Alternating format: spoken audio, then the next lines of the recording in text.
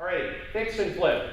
Now, most people that get into the real estate investing business, that's what they think it's all about. It's all about fix and flip. And because of that stupid TV show, Flip That House, right, we all discovered how fast and easy it is for any dumb idiot to make vast amounts of money investing in real estate. And there's nothing wrong with fix and flip. I mean, Chanel and I, we do multiple of these deals at all times. We've always got multiple renovation projects going. But it is a high-risk strategy. This is a high-risk strategy. And they started making that show, Flip That House, back in the early 2000s in Southern California. And what was going on with the prices of homes in Southern California in the early 2000s? Right? I mean, they were going up like 10% a month.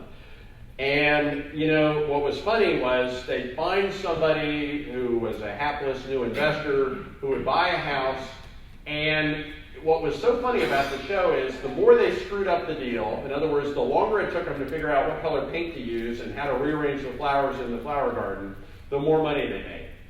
And the reason they always made money was because when the market's going like this, the market can be very forgiving, right? If it takes you 9 months just to figure out how to paint the wall, guess what? 9 months later, the house is worth much more. Not because you did a great job painting, just because you were in the right place at the right time. So there's some value in being in the right place at the right time. But you can't rely on that, right? You've got to rely on other things, and you've got to be careful if you're going to be a fix and flipper. So what is fix and flip all about? Well, you buy a property. You can use cash if you have it. That's great. If you don't have cash, don't worry, okay? There's always money looking for deals and deals looking for money. So if you don't have money, don't think you have to focus on the no-money strategies. You need to focus on finding good deals, because I guarantee you find a good deal, there will be somebody you can wholesale it to, somebody you can partner with, somebody that will loan you money to do the deal. Hard money is money that people will loan you to do a deal if it's a good deal. They loan you the money based on the deal, not based on you or your credit. Sometimes you can find private money. Occasionally, not really right now, you can find conventional financing. However you get the property bought, though, you fix it up and resell it retail. Generally speaking, we buy wholesale and we sell retail. And you can make, I don't know, $120,000 on a typical renovation property of maybe $140,000. But you can make anywhere from $10,000 to $1 million or more, depending on the size of the project. The sky is the limit. But it is a high-risk, high-reward strategy that takes a lot of capital.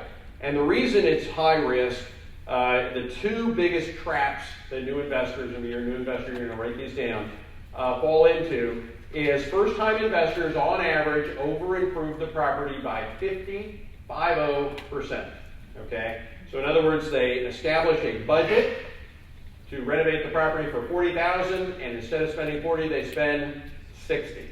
And $60,000 can be the difference between making money and losing money. Now, why do they do that? Well, they're beginners, they're rookies, they don't understand the real value they're adding to the property. There's things you can do that will really add value to the property, and there's things you can do that don't. I love doing the things that are free, okay? For example, okay, does anybody know what the difference is between taupe paint and white paint is? Which one costs more? Yeah, every color of paint is exactly the same price, right?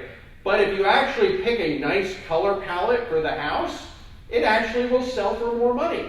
So that is amazing to me. I mean, I don't actually have very much skill at all in picking out colors, although I know some people that do. And I love this stuff where just, you know, you can spend no money, you're spending the same amount of money, but one decision makes a lot of money and another decision makes no money. I remember I was building a house one time, and I showed up at the construction site. It was not really new construction. It was a major rebuild of a house. I took a 1,000 square foot house and I turned it into a 2,500 square foot house in a high-end neighborhood.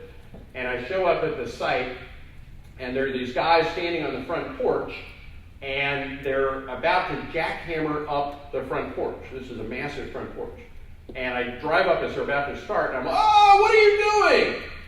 And they say, well, you know, look at the plans. And sure enough, they pull out the architectural plans. I hadn't even noticed, but the architect had moved the front porch over about 18 inches. Okay? And I called up the architect, what in the world is this? And she says, it's not centered on the house. It doesn't look right. I said, well, you know, what if we just put a little plant over here to kind of cover this corner, right? Yeah, I guess that would be okay.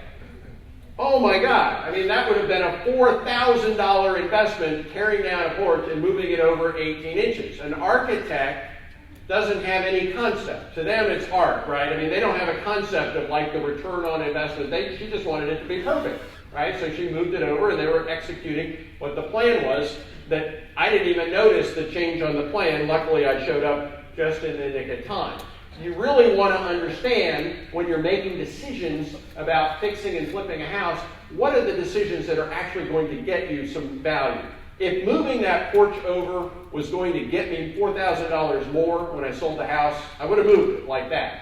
But I knew from my experience that it wasn't going to make any difference at all, right? I mean, and if you put a plant there, nobody would even notice that it was, I mean, it was barely even noticeable to begin with. There's a lot of decisions that get made when you're renovating a house. Something you need to write down is, it's not your house, okay? You're not building it for you. Nobody cares what you like. It doesn't matter, right? You have to figure out what the person you're selling it to cares about and what they're willing to pay. And every time you make a decision on what money you're going to spend renovating the house, you got to say, okay, if I make this improvement, it's going to cost me $2,000. Will I be able to sell the house for $2,000 more? Some of that comes with experience, but first-time investors, on average, will over-improve a property by 50%. There's a lot of things that we do and don't do when we renovate houses. There's a lot of little tricks. You know, one of the tricks we do is we always throw out all the screens. Actually, we don't throw out the screens. We take all the screens off of all the windows and we put them up in the attic. Now, why do we do that? The truth is because it looks better. Okay? Now, when people actually move in the house or look at the house, they don't actually notice. Nobody actually notices the screens are gone. They just notice that the windows seem clearer than the last three houses they looked at, right? And the view is somehow a little better in my houses than the last three houses. Now, when they get the inspection done, the inspector says, you know, this house has no screens on it. Oh, well, is that so? But by that time, we've already got the property under contract, and we tell them the screens are up in the attic. There's a lot of little things you can do like that. We put little inexpensive curtains or blinds on the things. And then there's a lot of things that we don't do. We sometimes stage homes by putting nice shower curtains and things like that, but we take that out when we actually sell the house. So understanding what are the decisions you're going to make that actually get you value, get you more money for the house and not, is critical.